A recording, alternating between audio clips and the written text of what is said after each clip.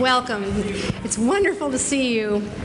This Churchill Club Open Forum program is called Wearable Technology, The Next Frontier, and we're privileged to have with us 4 distinguished individuals to share their thoughts.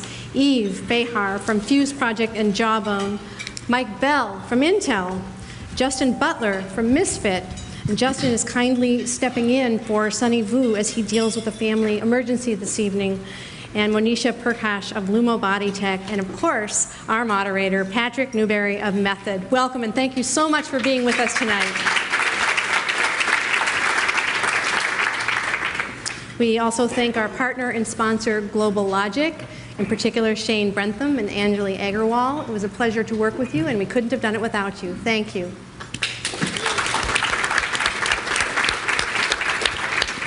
A few words about Churchill Club for our new guests in the audience. Our nonprofit mission is to encourage innovation, economic growth, and societal benefit. And with the help of our members and supporters, we carry out this mission through the up to 40 programs that we present each year to connect curious-driven people with new ideas and one another. So many good things have come out of these gatherings over the last 30 years since Churchill Club was founded. We always respectfully ask our speakers not to pitch, but rather to bring their best visionary selves to the stage to share their latest insights and opportunities that they see ahead. On behalf of yourself as an individual or your company, we encourage you to find out more about the great opportunities available to you here. Our next program is on Tuesday, June 9, a breakfast that looks at the lean, high-performing organization enterprise of the future, with executives from Ticketmaster, SAP, VMware, and ThoughtWorks. One last announcement. If you tweet tonight, please use the hashtag Churchill Club, and you will find other Twitter codes in your programs. Now, please welcome our moderator, Patrick Newbery. Thank you very much. I'm standing in for Shashank Samant, who is the CEO of Global Logic, who unfortunately could not be here, but I was very excited to take his spot because this is a wonderful topic. So I want to thank Karen for hosting this and hosting this group. I want to thank the panelists for agreeing to participate and you all for coming. You know, I think every generation has a tendency to say, we're living through some really interesting times. You know, at some point somebody said, look at this metal plow, it's going to change the world. You know, but, you know, we've all, I think everyone in this room has probably remembered life before the PC. We've seen the transition from what the computer can do to the smartphone, and now we're seeing this thing called wearables. We're really seeing some dramatic changes in what's possible with technology. And tonight, I think we want to explore this to a greater depth with some people that really know a lot about the space. So the topic is really, you know, we all know that wearables are important. We know that it's poised to become a multi-billion-dollar category. The question is, how can design, engineering, and business model innovation drive the tipping point and really bring that change about? So I think we want to have a very, very interesting discussion about how we're going to get there. I would just want to briefly introduce our panel for you so you have some context if you don't know who they are, and I think most of you probably know who they are.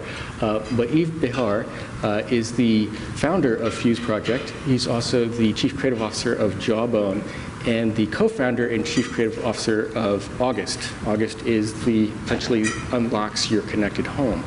And I think of Yves as really being, you know, a designer of the objects in our connected world. And I just tell us a little bit about what fascinates you with wearables. Well, let me first say that these chairs are very comfortable. I've been in a few panels, a big number of panels, and I've never sat in something this plush. So wearables is about the way we experience things, just like I'm experiencing this this chair. You know, for me, it's the most extreme form of technology, design, and experience coming together. The most extreme because we're packing all this computing power, all these sensors, all these technologies into something that has to be worn. You know, I practiced design in Silicon Valley for the last 20 plus years, and putting technology in a set-top box is a lot easier, a lot simpler than cramming it into something that's you know, on my wrist. So, or in other places on my body. So it's the most extreme and I think probably futuristic way that computing is entering our lives. And in that sense, it has to be about our lives just as, first before it's about the technology. The technology is an enabler, but that's why I love it, because it's so close to what I do every day, how I live every day. I think that's important, that aspect that's so close to our lives, and it is a design challenge. Mike Bell is VP and GM from Intel, and Mike has also been at Palm and prior to that at Apple, and I think of Mike as being one of these people that's really behind some of the consumer electronics, the innovations that really drive Silicon Valley, but also our lives and what we think technology is about. Mike, what's your take on what's fascinating about wearables? Well, I mean, from a sort of geeky perspective, it is the most difficult thing I've ever done. I mean, like Yves said, you can't be ugly. We have to cram the most advanced technology into this stuff so it lasts long and it's thin and it looks good. And also, it's as much about the user experience as anything else. The out-of-box experience has to be captivating. The usage model has to be engaging, so the person keeps using it. Otherwise, your step tracker's in the drawer in 6 months. So it's just a complex problem, no matter how you look at it. And at the end of the day, if we do this right, I really do think there's an opportunity for this to be less about, opening garage doors because it's cool, and more about really making a difference in people's lives and their health or some other aspect that is really meaningful to them. Great. And Justin Butler is VP of Product Development at Misfit, and Justin has agreed gratefully for us to stand in for Sunny. You also come from a background of really pushing the edge of technology in the human body in terms of synthetic genome. And I think a lot of what was interesting to us in talking to Sunny and to you is really that relationship between the body, the physical body, and technology. What do you see as the interesting parts of wearables? Yeah, I think what wearables are giving us the opportunity to do is bridge the gap between a lot of what science is trying to do and a lot of what kind of commerce and people are trying to do, right? There's a lot of really cool science out there as far as healthcare and telling you things about your body, and wearables give you an opportunity to kind of collaborate and connect those things to something that can actually be useful for you, right? Instead of just having science projects and then having kind of worthless consumer products, it's a way to kind of bring those two things together and actually give people the opportunity to use technology in a way that's meaningful and valuable for them, as opposed to just reading papers or buying random things at Best Buy. Great. And Monisha Perkash, who is the CEO and co-founder of Lumo Body Tech. She's also a serial entrepreneur and an athlete, and is really bringing a perspective of around the human body in motion and performance to the wearable conversation. What's your fascination with wearables? I think wearables is at an inflection point where we're transitioning from being a novelty to a necessity. And I think the companies that will survive will be the necessities.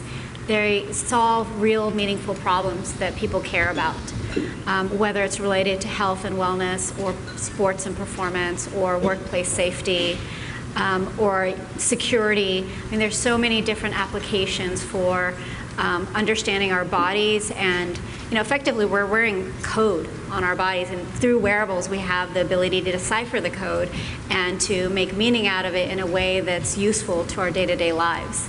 But I think ending are the days of just the novelty factor of activity tracking for the sake of it. Like, we've got to make them be really have enduring value and to solve real meaningful problems. How many people here have a wearable on their body right now? Raise your hand. So I would say that we still have our job cut out for us. It doesn't seem like we've got 50% market penetration here. It's interesting. I think we've been having a discussion about what do we really mean by wearables, because Monisha said earlier today, in some sense your phone is a wearable. And I think the question is, how should we be thinking from a business perspective, from a product perspective, on really what a wearable is? I mean, if you were a VC from another planet and you came here and looked at the investment landscape of what people are looking at, would you say you guys are missing an opportunity? I think right now we think of wearables as these things that we wear on our wrist, or maybe clipped to our lapel. But is that just the first step? What do you think, Mike? Yeah, I think the wrist was an obvious first place because people have been wearing watches in the wrist for at least until maybe the past 20 years for a long time. But I think as you go forward with wearables, it's going to be an aggregation of lots of small sensors. But there are lots of problems we have to solve to get there, right? I mean, you don't want to be charging 10 things a day. Plugging in your shoes at night is kind of a ridiculous thing when you think of it, right? So I do think the technology is coming there where we have things that will be self-generating, will be able to power these devices off of motion or heat or something. And this collection of a body area network of sensors will be able to give you a much better experience than a single monolithic thing on your wrist. And to me, there's two ways to look at it. One is specialization, and one is sort of general use. For general use, I've really been focused on wearables that you wear all the time, especially if we think about wearables going towards health. I think healthcare is going to be transformed. I think research into healthcare is going to be transformed by the fact that now you have millions of people wearing these things. So in aggregate, some of that information is going to be really, really interesting. And I've been focused on 24 hours because if you just wear something for a couple of hours while you exercise, all the other signals, all the other things that raise your heartbeat or change your sort of signify ways that you're moving or how well you're sleeping, you really need that 24-hour spectrum. On the other hand, there's a lot of specialized devices. We work a lot in furniture. There's ways to use sensors to figure out who is in the building and how many people are in the building, whether people are using offices the way they're intended to. There's specialization towards exercising. There's specialization towards specific health conditions. It's really, you really have to think about what is the purpose, what is the outcome, and the product has to serve that, but also obviously the application interface, the software has to serve that as well.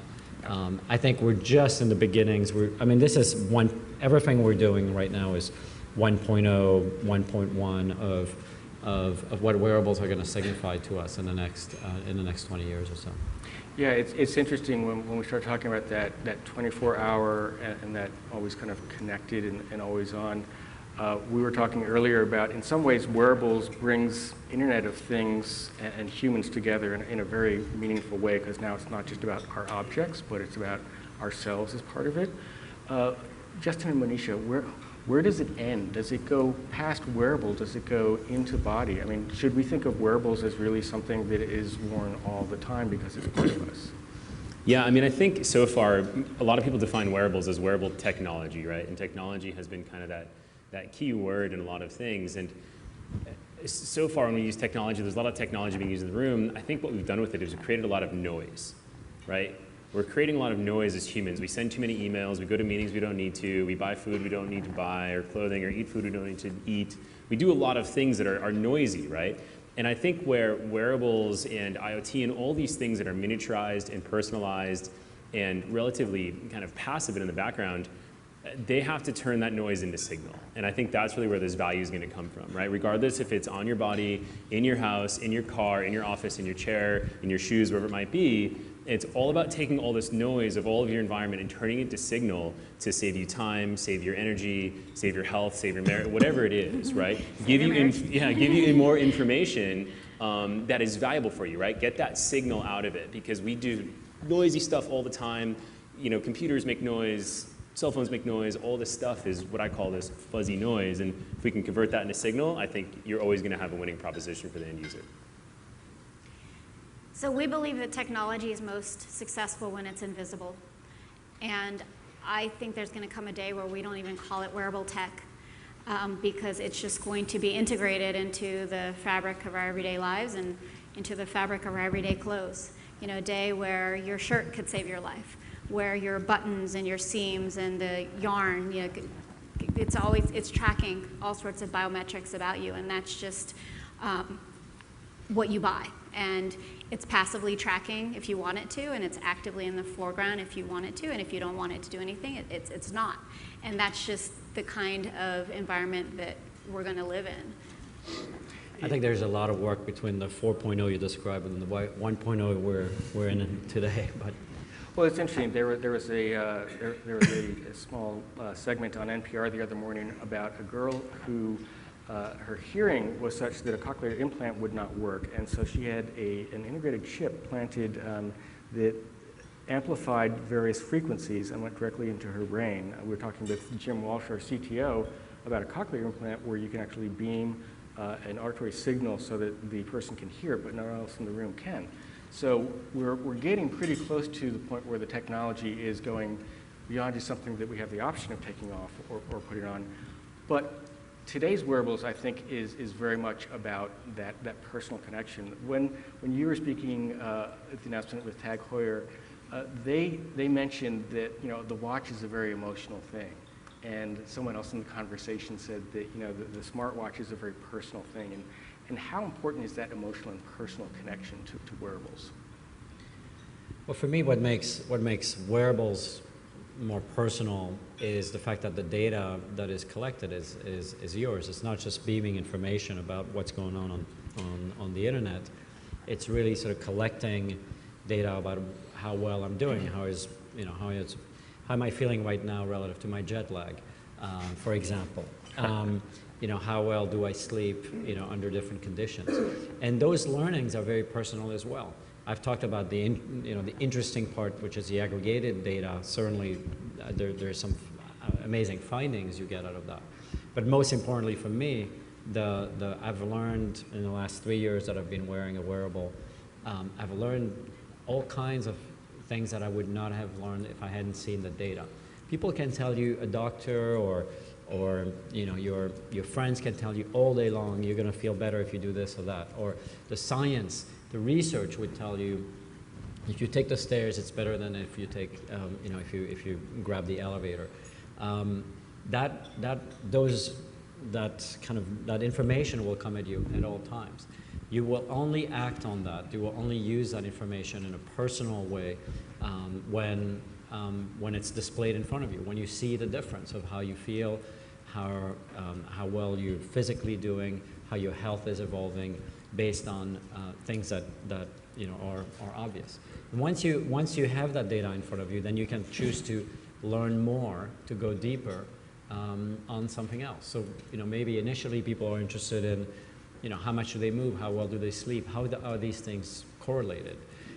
And then you add food, and then you add other interests like meditation and others, and you start to get a more complete invitation to learn about yourself and to try new things. Mm-hmm. You touched on something I think that's really important though as well, which is something you wear is in a lot of ways a reflection of how you want yourself to be perceived. I love Tag Heuer watches. I do.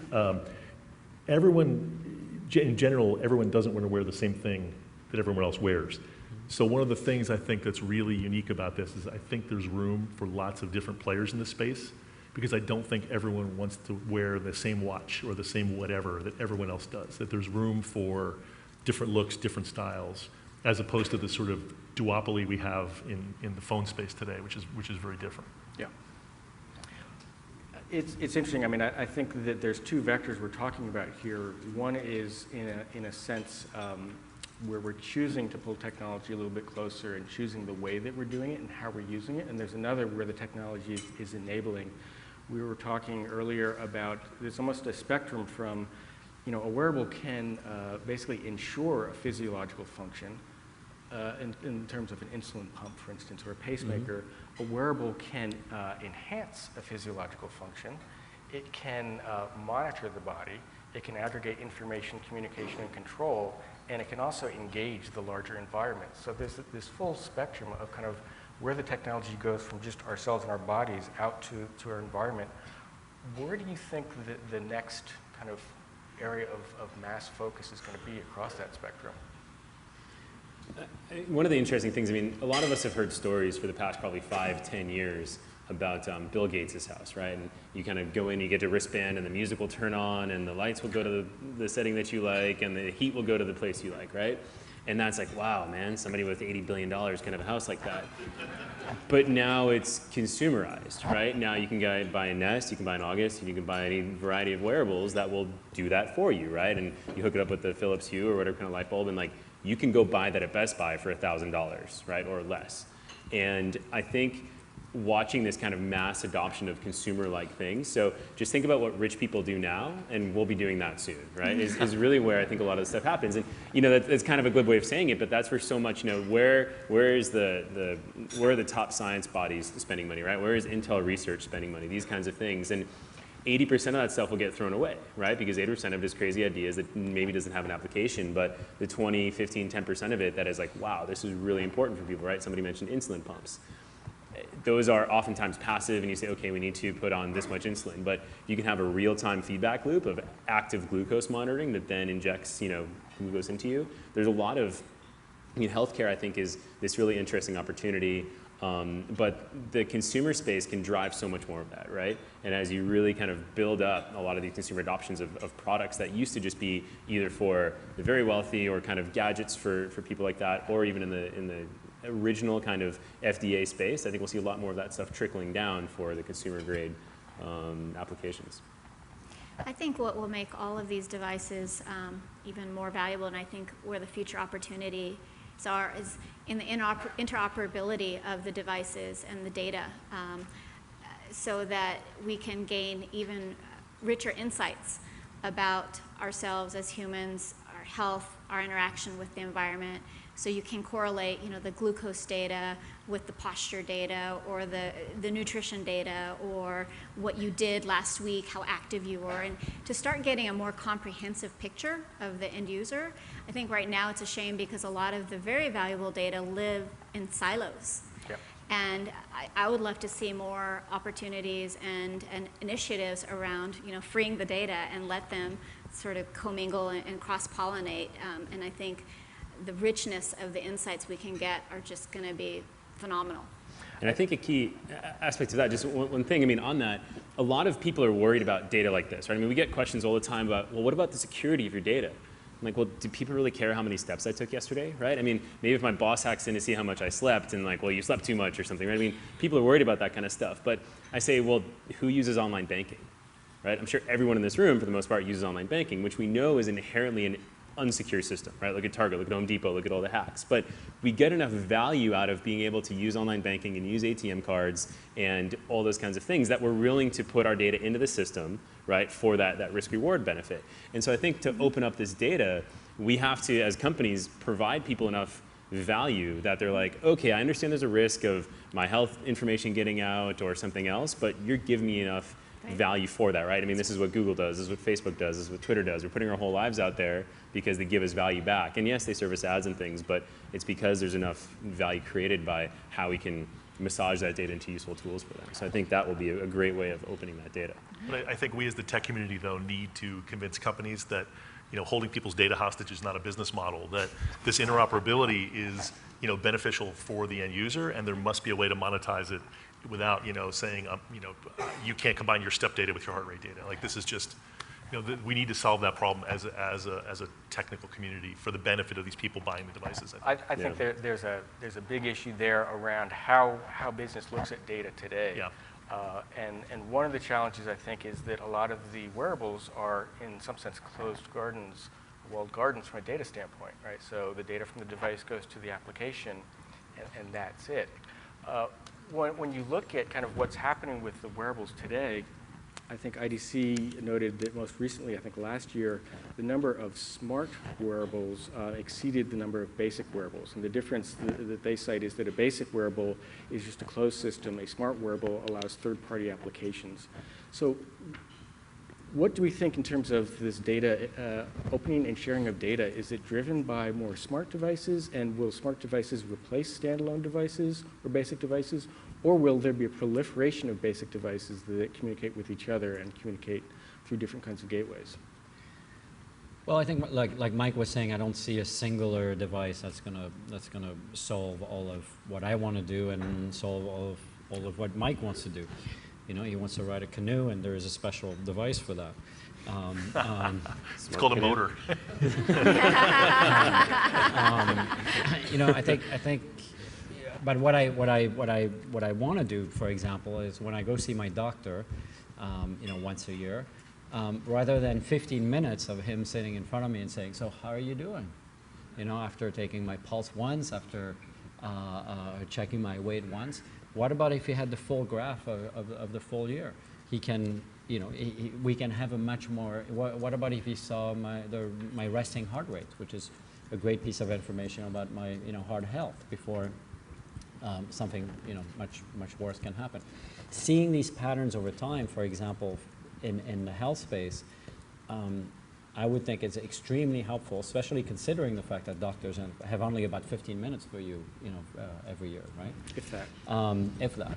So I think there is certainly, resistance at times from, the health community and health, the health profession, until people like me, consumers, show up with, a graph. I show up at my doctor with a graph, and I say, this is how my life has been in the last year. You can see certain periods of time I didn't get enough sleep, which made me more likely to catch some kind of virus, et cetera, et cetera. Right. The having that, as consumers, we're going to want these bits to start talking to each other. We're going to want that data to sort of flow across different places, and I think in many ways we're going to initiate some of these interactions. I think that's an interesting point. The notion of quantified self, which is in many ways kind of behind today's generation of wearables in terms of tracking and measuring, is a very small percentage of people actually are following that, are really caring about that data. But there is a lot of value to having the data be aggregated. There's a lot of value to actually having, my heart rate, my sleep, my diet, all kinds of other things be triangulated. But there's also not the business incentive for somebody to say, okay, if I'm giving a service away for free in collection for the data that I monetize, I can't let that out. What drives the change? Is it people taking hold of their data and creating a model where they take a data economy and data as currency? Yeah, it's a good question. It's an interesting dilemma to me because I've paid for this device, so it should be my data, right? If somebody gave me the device for free, I could see why there would be some argument about monetizing the data, but I've paid for these devices. What we need in my mind is something, maybe it's a bad analogy, but the equivalent of a Swiss bank that will collect and aggregate my data for me and keep it locked up until I want to give it to somebody, as opposed to somebody who wants to aggregate it to sell me ads, right? There are people doing the aggregation, but they're not necessarily trusted to not do something with it that you don't want. So, I'm not sure how we get that business model to happen, but this will be in the user's benefit when I know I can send all my sensor data to one place and then give it to my doctor. Right. Monisha, you talked about a company that's doing something like that on the enterprise side, right? That's aggregating data from different devices. That's right. We just did an integration with Validic, which is able to aggregate devices, data from various devices, and share them with corporations that want to use them for various corporate wellness programs. And it's kind of a nice a la carte based on what the corporation wants, what corporate wellness metrics they want to track. They can plug into a variety of devices. Well, we already know there are some programs that we're doing where actually for an enterprise giving a fitness membership is actually a lot less effective than giving people a tracker, even if that data stays obviously with the employee, with the user. So we know there are insurance companies doing it, there are research departments, hospitals, etc. doing it. There's certainly we're in the early days of figuring out how we promote the use of the trackers or the use of the wearables. And gets the kind of outcomes that we wish on ourselves and on people around us. Well, I think this raises an interesting question about business model, because the example you gave of your doctor being able to see years of data. Currently, they don't want to see your years of data. That's not how they get compensated, right? And so and they're constantly bombarded with data that patients bring in, and that's not their incentive structure. And so in that model, we have to really think hard about, what's the business model, and who pays, and who's the end user? Well, I think if the issue with these kind of moments of transition is that if the medical profession doesn't adapt, then people will find their own ways. People will start companies that give you this kind of information. And there are a lot of startups looking at wearables much more from a medical standpoint, much more from a long-term monitoring standpoint of patients. I'm enrolled in a trial, for example, where all of pretty deep DNA data analysis is collected every 6 months, and that data is going to be used for predictive and other types of research that I'm going to have visibility into. I'm on that particular trial because I know that I can't get that information from the existing system. In NPR this morning, you mentioned NPR, they had a segment about telemedicine and how that's catching on and how employers are helping fund that. I think as doctors, as your office visit kind of becomes less and less likely and you're doing things remote, being able to send data to someone who doesn't have your history is going to become more important for them to make an accurate diagnosis as well. Well, I think that the more wearables, the more sensors we have, the more data exhaust we're creating, and the ability to centralize that create value. I mean, we spoke earlier about changes in the way that clinical trials are run, because now you can have access to large populations, changing how epidemiology is done. So clearly, healthcare and the biometric data is one area. Are there other industries where they aren't necessarily thinking wearables what they should be? I was interested to see that Motorola has a law enforcement solution that is 7 different wearables. What about automotive? What about retail? Who else should be looking at wearables? What about aging in place? People want to, more and more people want to age at home. They don't want to be in an institution. And wearables there can monitor both health as well as activity, as well as whether people are eating properly or not.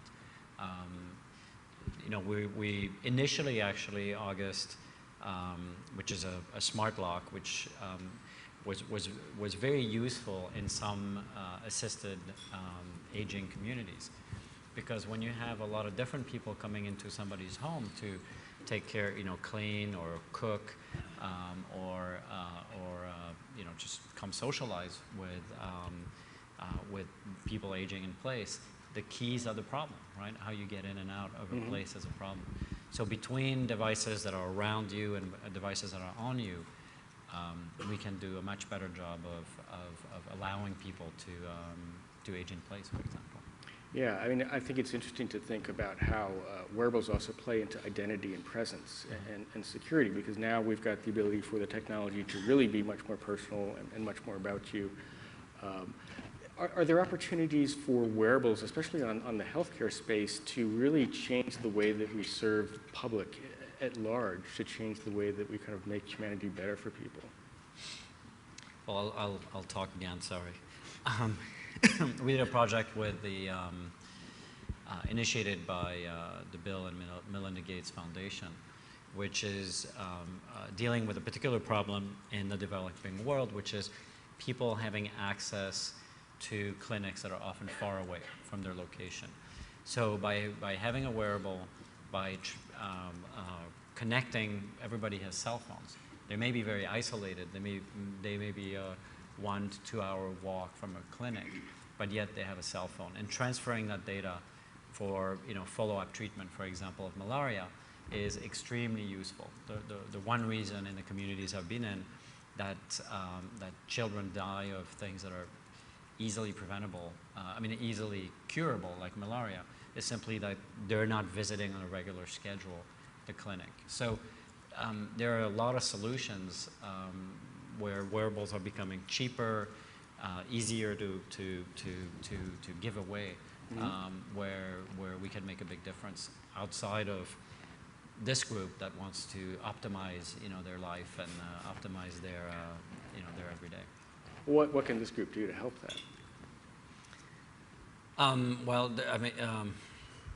we can do a lot to help. I mean, we can, work with nonprofits. I think technology, especially design, has not been very good over the years, and as far as applying our knowledge, applying our our capabilities to the developing world. We've worked on the one laptop per child. We've worked on very large distributions of eyeglasses for kids in Mexico, for example. There are a lot of ways that the technology and design community can participate and provide our expertise to developing world organizations. Where else do you see the opportunity for wearables to make a difference? Obviously, health and safety in the industrial setting is of utmost importance. We've done some initial studies with folks on oil rigs, for example, right? And if there's explosions in oil plants or very high-risk industrial settings, knowing exactly where people are, what kind of issues they might be having, what kind of situation they're in, were they moving, were they not moving, all of these kinds of things, right? Where there's first responders that need to come in and can evaluate very quickly where everybody is, who's there, and what kind of state they're in is very interesting. One of the points you said about how can people in this room help drive wider adoption of these things, right, and drive some of those, those developing world applications of these things. And one of the things we can do is use them more, right? Use them more, and I don't want to sound promotional, but purchase more of them, right? Not necessarily mine, whomever's you want, because the more that you buy, the further the cost curve just goes down, the more that's made. I mean, that's what allowed one laptop per child to happen, and other things like that, right? I mean, as you buy more of these things, economies of scale kick in. Now, you could argue about the economics if you want, but I think even using these things are valuable, right? To understand where those applications are. If you look at the iPhone, for example, when it first came out, there was no apps, right? No apps at all. And then apps happened. And wow, this whole thing becomes extraordinarily valuable, and you make up all kinds of new apps that can really have a huge impact in the world. Uber's born, right? I mean, without apps, there's no Uber.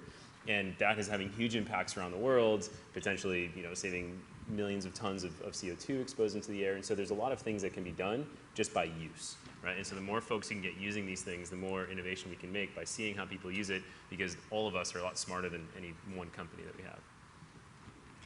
So a couple of applications. One is with injury prevention, whether it's in athletics or with workplace safety.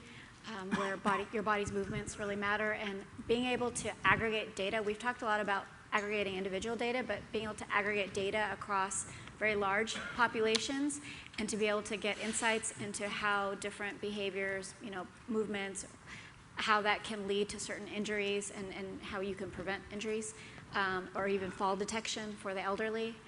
But I think another fun application of wearable tech could be in entertainment and gaming.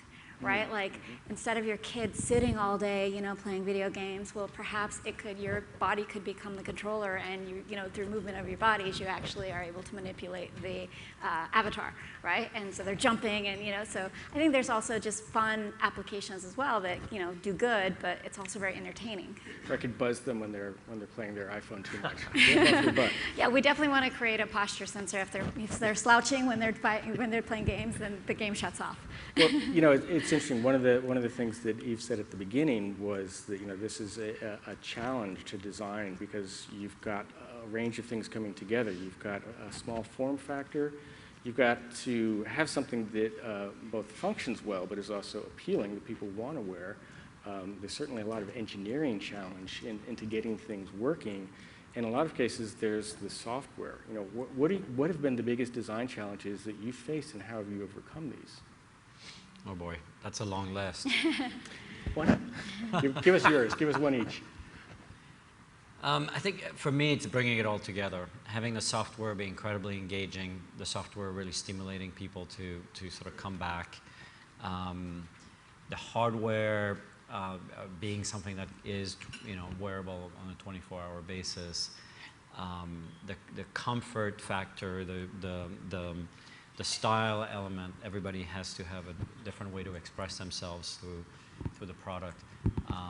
The materials and the being robust enough for life. It includes the products you put on your body, the water, the way it's used every day. Those are all extreme challenges. I think it's technology and design under the most extreme conditions in many ways. So, Mike, I have a question on this. You know, we're starting to see new kinds of technologies, new chip capabilities, new materials. I mean, is this kind of design challenge going to is it going to change when all of a sudden a wearable is now a different form factor? Well, it will be different, but I don't think it will ever be easy, which is a good thing. So, you know, the joke is that no matter how much battery life you have, software will suck it all up, right?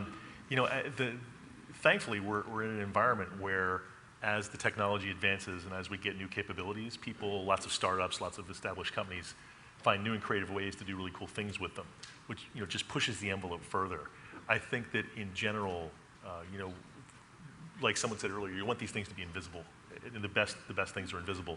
So how do we make them small yet still do something interesting and you know, last long enough where you're not charging them? I mean, all these design considerations that you've mentioned, you know, they're just going to change as we advance the technology, but fundamentally we're going to have the same sort of issues. Hopefully the devices themselves will simply become more capable. Justin, I think Sonny was the one that said in the call the other day that wearables have not yet passed the turnaround factor, which is that if you forgot it, you turn around and go home and pick it up. Can design change that? What changes that? Is that a use case? Is it a value proposition? Yeah, I mean, I think software has a huge effect on that, right? And the way we design software is what I call it's discoverable, right? So initially, when whomever picks this thing up on the first day should be able to use it right away, right? It doesn't require a lot of configuration. You don't have to know exactly how many steps you want to take or what that means or how many hours you need to sleep or put in a bunch of information into this. You can just use it, right? So anywhere in between an 8-year-old and an 80-year-old can get on board quickly. But then, right, what normally happens is people say, well, I know what 10,000 steps feels like. On the shelf, app is closed, I'm not going to turn around for it, right? But if you have these discoverable features, if you put in challenges or games or additional information about how these things relate to you, if you put in natural language processing to connect your email to your sleep habits and figure out if you get a bunch of nasty emails that day, then you didn't sleep very well that night, right? Or how many more things from the phone you can pull in. A really interesting company called Ginger.io is actually developing ways to diagnose depression from signals on your phone, right? And so building these discoverable features will turn a very simple device. I mean, this is an accelerometer and a battery, right? That's all that's in here. But how you engage people with the information that's coming off of that can drastically change whether or not it passes the turnaround test, right? And so I think software continues to be extraordinarily important. You need to have, I mean, the device is kind of table stakes, right? It has to be customizable, it has to be beautiful, it has to be robust. There's certain things that it has to be, but those things are not, they're necessary but not sufficient, right, to make these things actually valuable. Right. Monisha, we were talking about data and kind of the value proposition of data, and you were saying that your whole team is involved in figuring out how to create value. And can you talk about what has been successful in the way that your team is integrated and how you've kind of approached the design, technology, and data perspective? Yeah, it's probably the hardest part is just getting it all right because you have so many layers of the technology and then you have to put it all in a form factor that is aesthetically appealing and usable, you know? So you, on the technology side, you have the hardware and the firmware, the algorithms and the software layer and the cloud layer, and like just getting all that right is a lot. And then, you know, we learned the hard way how important just form factor is, right? You're asking to people to put things on their bodies, it becomes very personal and it has to feel very convenient. And, you know, there's just not, other than the wrist, which is already very crowded, like there's not a lot of other natural ways to wear technology. And so I think just getting that whole design and tech interface right and to make it something that is invisible. I think that's the nut that that we need to crack. And I think we can get there. And I do think integrating with apparel is going to be a big part of that because wearing clothes is an everyday habit. It's something we do. Yes. Most of us. Most of us. Most of the time. So I guess one question I would have is, you know, I know that there have been a range of products from Jawbone. I know that there continues to be new generations of kind of what a wearable can and should do. If you're in the business, do you have to in essence, create a core business and functionality that's somewhat independent of the object itself so that you can have additional generations so that you can change with the market? Well, you know, I think this is, different products will have different capabilities. And the fact that you can use a range of different products and yet the data appears in the same application, in the same format over long periods of time is really interesting. It's not something that's happened before, right? You know, in the past, you bought this device, and this device worked for a year or two, and then everything that was on this device, you know, was either on a backup drive somewhere, or you know, wasn't something that was useful to what you're doing today. I've been wearing, I don't know, four different generations, plus lots of different prototypes I wear, you know, of the product, and I can look back 3 years back, how many steps I was taking, how my sleep was at the time, what I was eating at the time, is still available to me 3 years later. Mm-hmm. And I really wonder what it's going to look like when I've used, you know, similar products, better generations, more inputs, more signals, heart rates, you know, respiration, all this stuff sort of is coming in here. How it's going to look in 10 and 20 years. I mean, I will have an incredible picture of the changes that, you know, naturally happen, and how I reacted to you know, aging. Right, right. You know, it's interesting, you touched on something though. Largely these devices to date have been somewhat dumb devices that dump data someplace, so you have that history. As the devices become more and more capable, we're going to have to deal with this obsolescence issue. I think that you deal with now on your computer or whatever, where, like you say, you have your data backed up and you switch to a new device. I mean, if I pay multi-$1,000s for a wearable, I'm going to be kind of bummed out if 3 years from now it turns out I have to scrap it and buy a brand new one, right? I mean, so I don't think necessarily we've thought through this whole thing yet about, you know, wearable technology being more like a computer than a watch that's an heirloom. And it's going to be interesting to see how the public reacts to that, I think.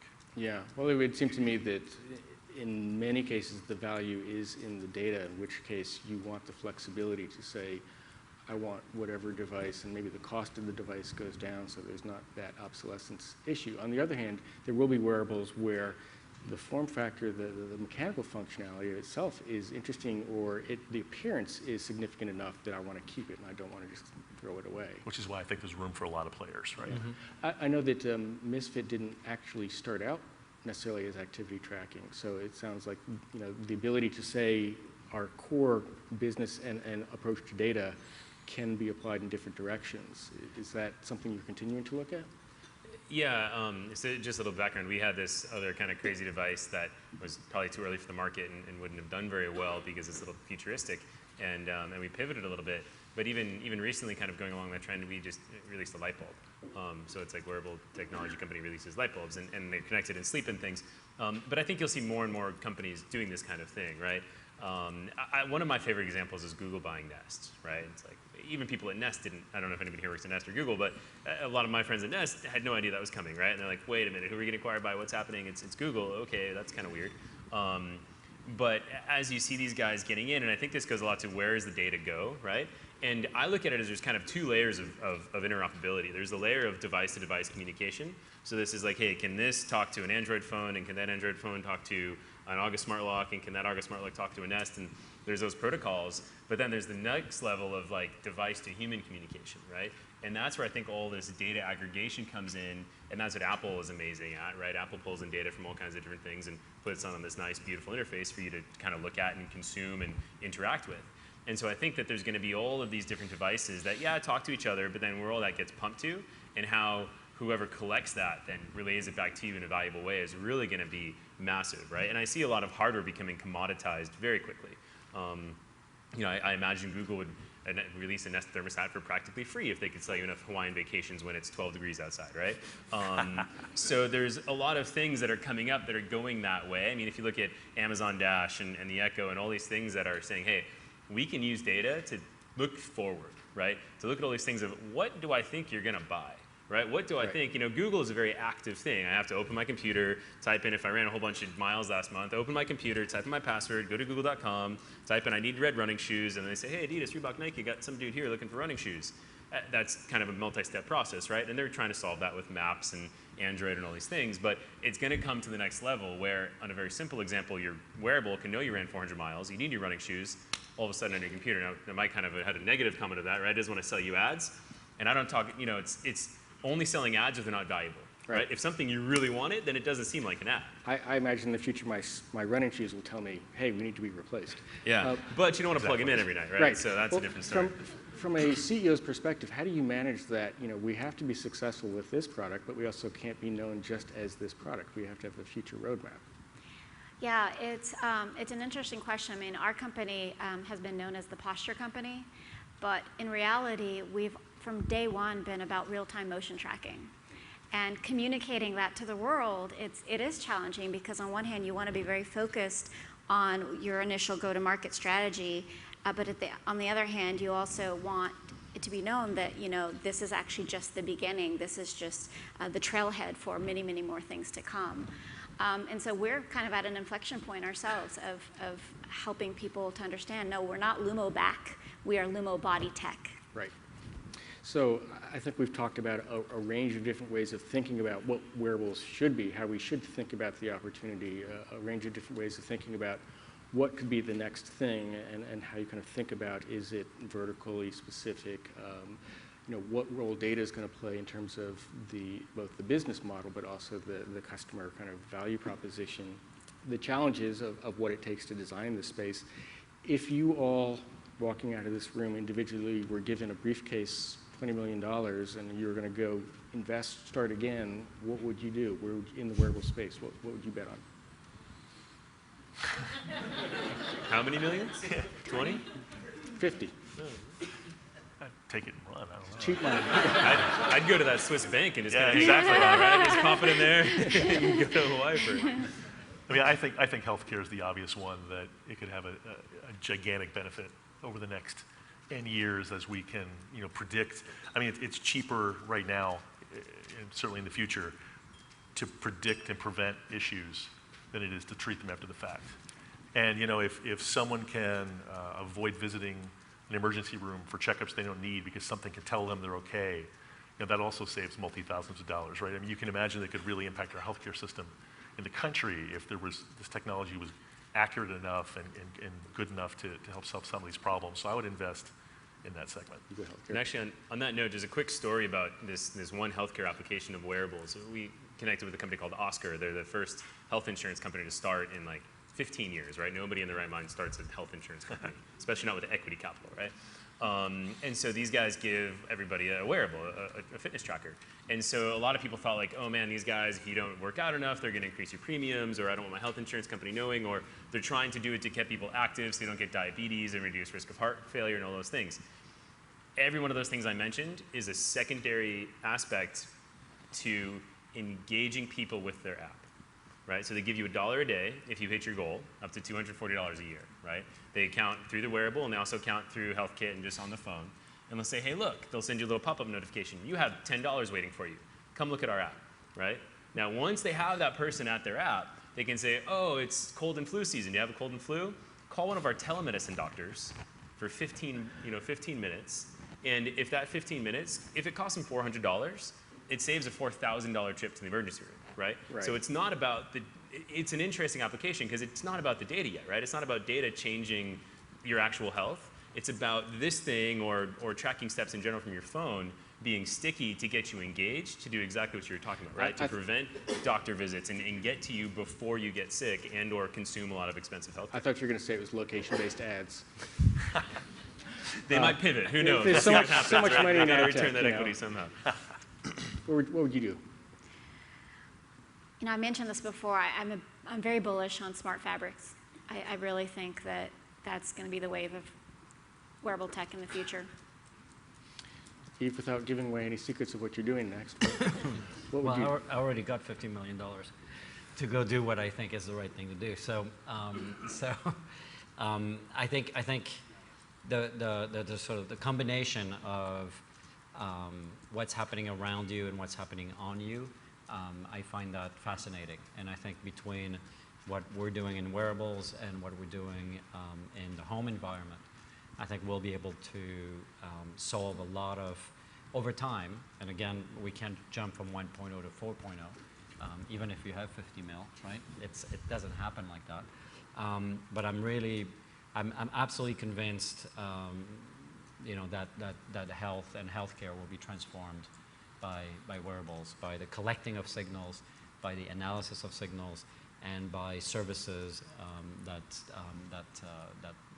are, that are embedded into those type of interactions and products. So I think we're on the right track. It's just a long, windy road to get there. Great. Well, I think we want to field some questions from you all, because I know that this is a very interesting topic, and there's a lot that you probably want to know from these experts here. So any questions from the audience? So, sorry. I think data and analytics are interesting, but at the end of the day, I think it's about adoption, right?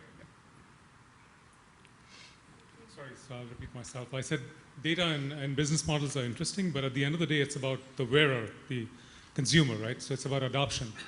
And as I see it, which of the two models do you think is going to happen? Either we're going to find a killer app, maybe virtual reality, maybe we live in a world like Ready Player One, where everyone puts that on. We already spend most of our time looking at our screens anyway.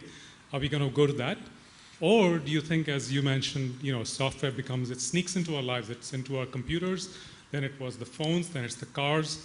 Does it go into our fabrics, our shoes, maybe our beds? I don't know. But, one of those two things is going to happen. Where's the adoption? Where's the killer app that is going to make wearables the next big thing?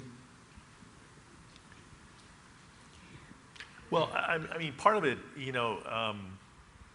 some of the best wearables in the market right now have an aspect of either gamification or a social aspect to keep people engaged with those wearables. And you find that the numbers aren't huge yet, but they're still pretty reasonable for something as early as we have.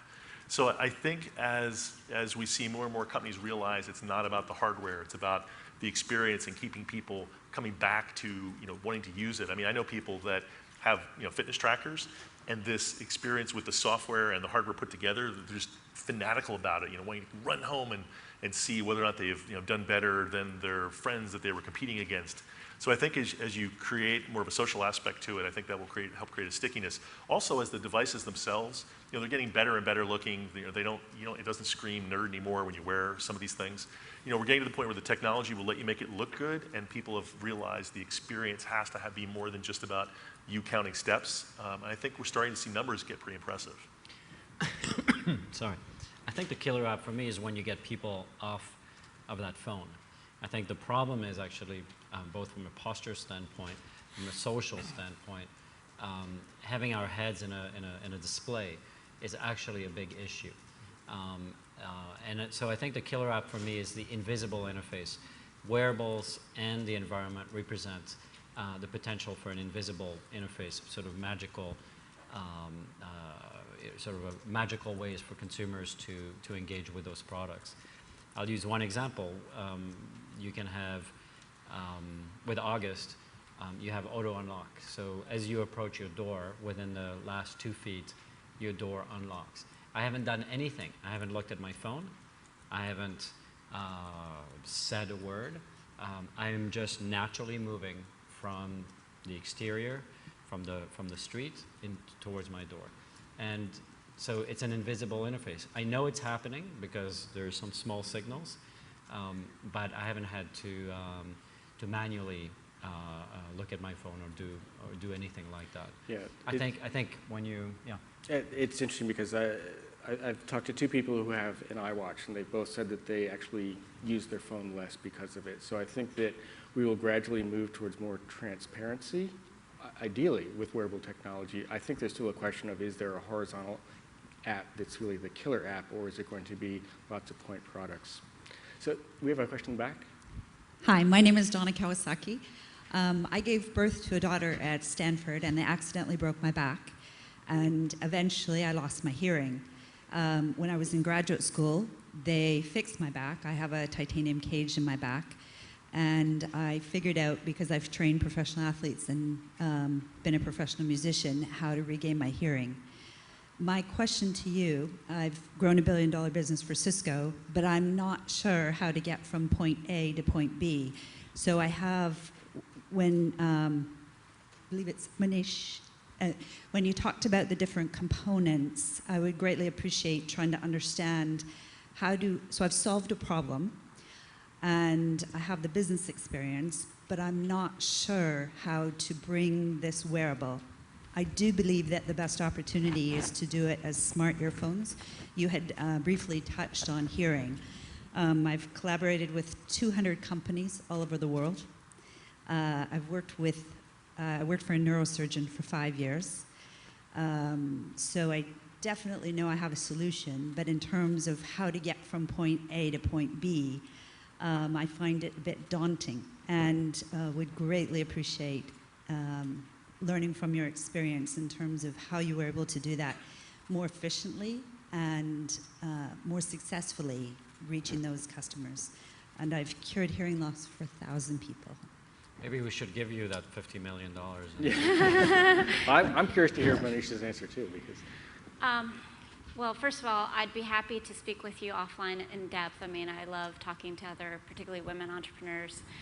So reach out to me or get my card afterwards. But I would say high level, you know, when there's an idea that you believe in so much that you have to do it. And just, you don't care about all the pitfalls and all the people saying no and all the, you know, statistics of why you're going to fail. You don't care. You're just going to do it. Right? You got to start with that first. That's got to be your conviction. And then number two, I'd say build the right team, right? Because you can't do it all. There's, especially in wearable tech, I mean, there's so many facets of your business. And so build the right team around you. It may start with a co-founder or two or the right early hires, but people who believe as you do and will just fight the hard fight. next question. Yes, 2 words. Google Glass. What happened? As you all know, they introduced the prototype to several thousand developers. It was in the market for about a year, a lot of hype, a lot of backlash, a lot of concerns raised about privacy, people being beaten up for their Google Glass. And then abruptly, earlier this year, Google kind of shut down the program, though apparently the product is still in development. What are the takeaways for the development of wearables of the Google Glass experience? 2 words, value proposition. I think that the interesting thing about Google Glass is it's, in a sense, the technology is ahead of the use case, because you're not replacing, you're not doing anything that can't be done in other ways with enough value to make that be the alternate way, and it doesn't overcome the stigma of wearing the glass and the potential privacy issues. That said, I do think, though, that that technology is going to come back, and we're going to see it in different forms. But a lot of it's going to rely upon having the data that you can't get in other ways. What kind of content you get through that has to be a different kind of use case. I have another explanation. I agree with yours. The use case is critical.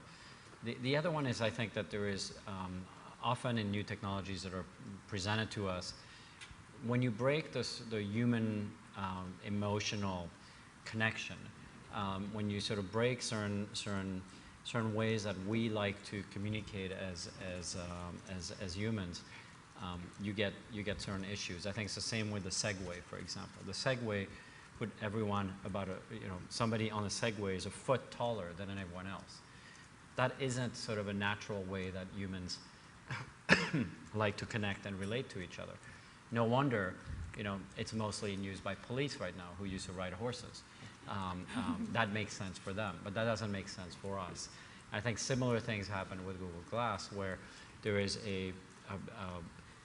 something that became in between a user of Google Glass and the rest of the world, and that social intelligence, which I think has been lacking in the product, is something that eventually, created a lot of negative reactions towards it.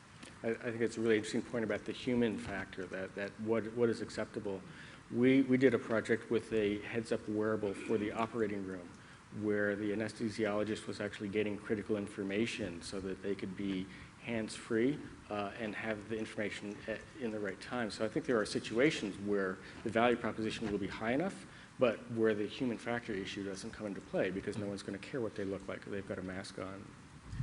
Well, I think if it was invisible, I think if you had something like that and people couldn't tell you were wearing it, I mean, I do think eventually this is going to be a technology that takes off. I just think that and actually, you know, I think that it got us all talking about it. It set the discussion around what are the social stigmas, whether good or bad. I mean, you know, it was a great experiment, and I do think this is going to be a valuable head-mounted technology. Is going to be a very interesting area in the future. Yeah. And it's expensive. If it was $100 and you could buy it at Best Buy, a lot more people would have probably worn it and adopted it and kind of figured it out and how it works in everyday life, right? If it's $1,500 or $2,000, that really narrows the type of people that would actually purchase it. So there's a limit to what the rich will do, then will trickle down, right? It's got to trickle down at a much lower price point. Next question? Yeah.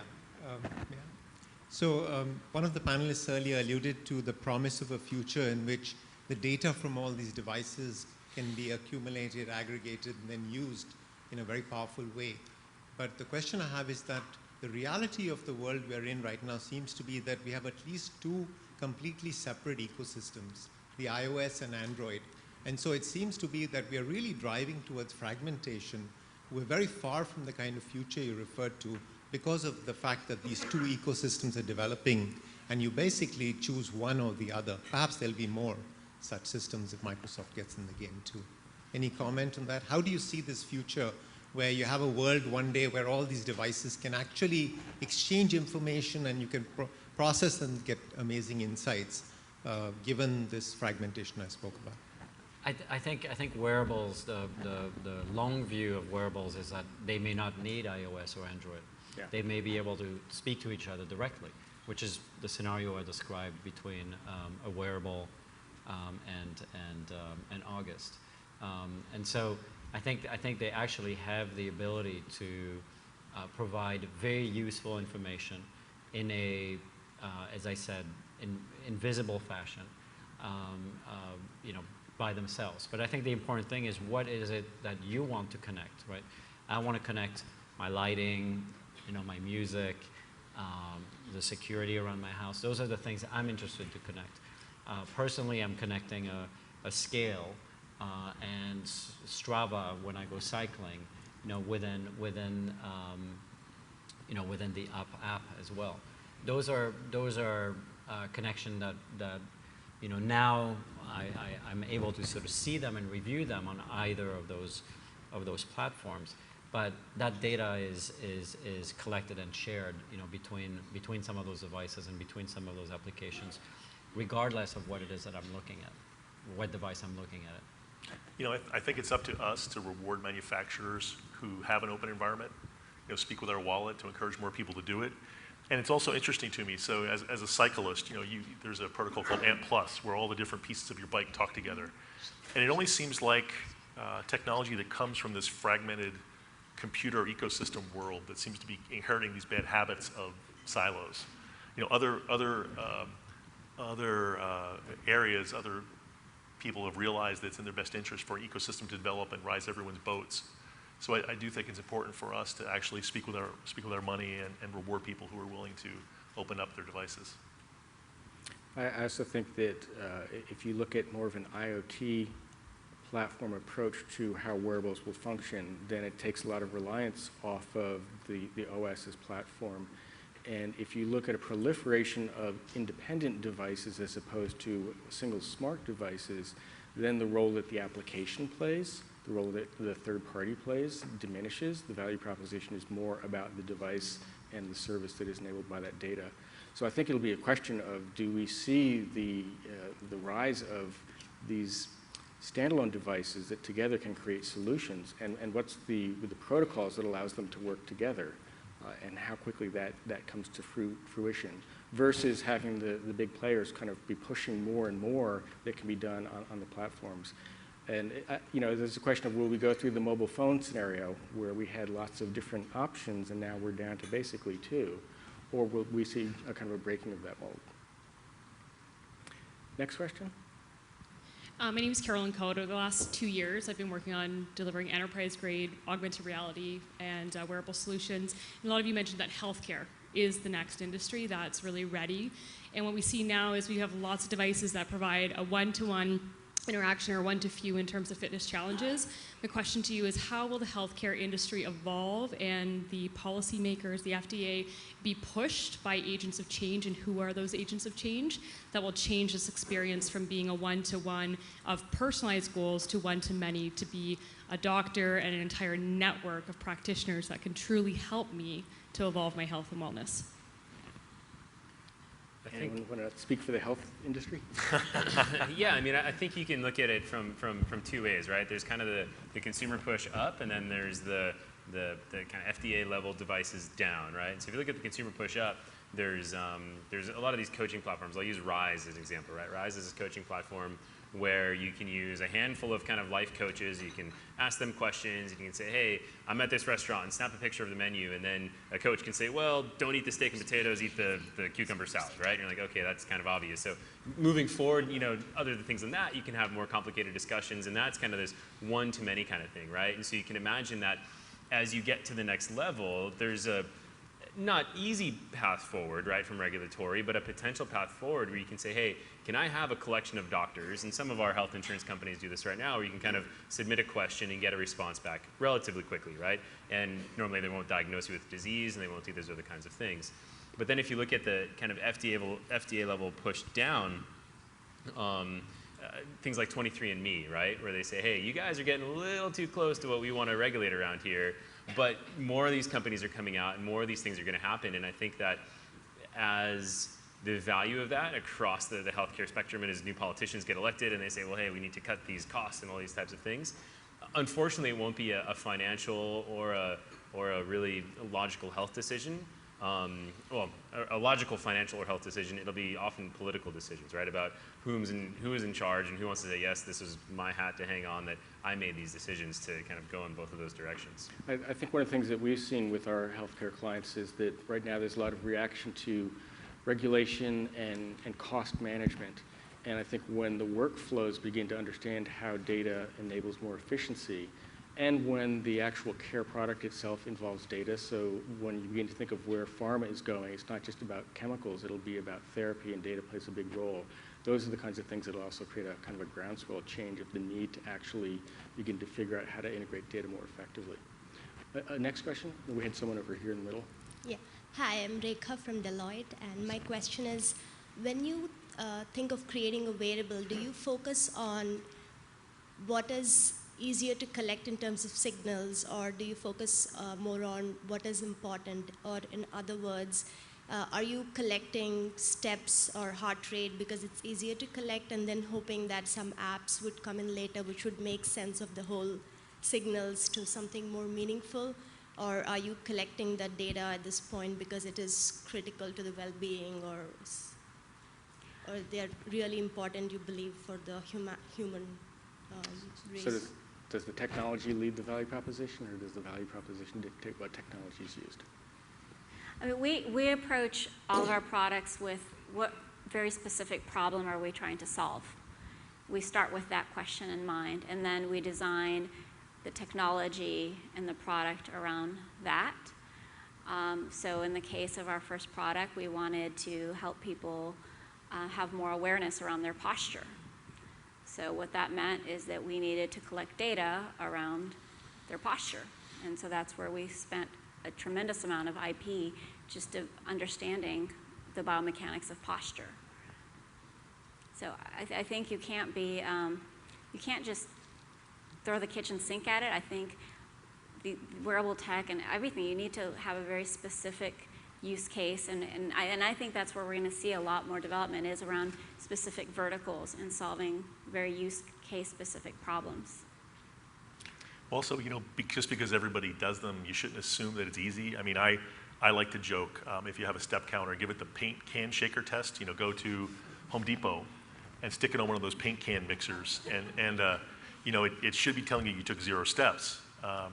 But there are various devices in the market. Some are dead on accurate, and some are just they make you feel good because as you drive your car, they give you steps. So I think it's crazy. I get 1,000 steps every time I drive to San Francisco with one of the trackers I bought. So I do think it's an area for differentiation as well, where people who have a more accurate solution, will get rewarded as soon as this goes from being less of a novelty and more of something where you're getting rewarded by your insurance company, you're getting rewarded by your healthcare provider, or you're using it as a means to really ascertain your health as opposed to just a relative understanding of how much activity you do. Great.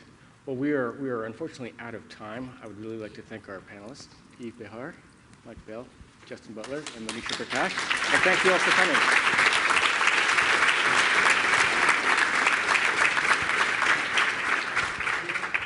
Thank you for sharing your perspective so freely. We really appreciate it.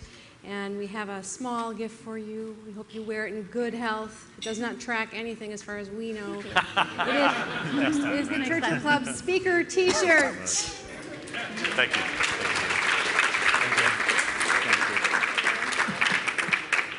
A recording of this program should be available within a day or two on the Churchill Club YouTube channel. And you can find recordings of most of our other programs there as well. So we hope that you find that to be a useful resource. And you have been a wonderful audience. Thank you so much. Good night. Thank you.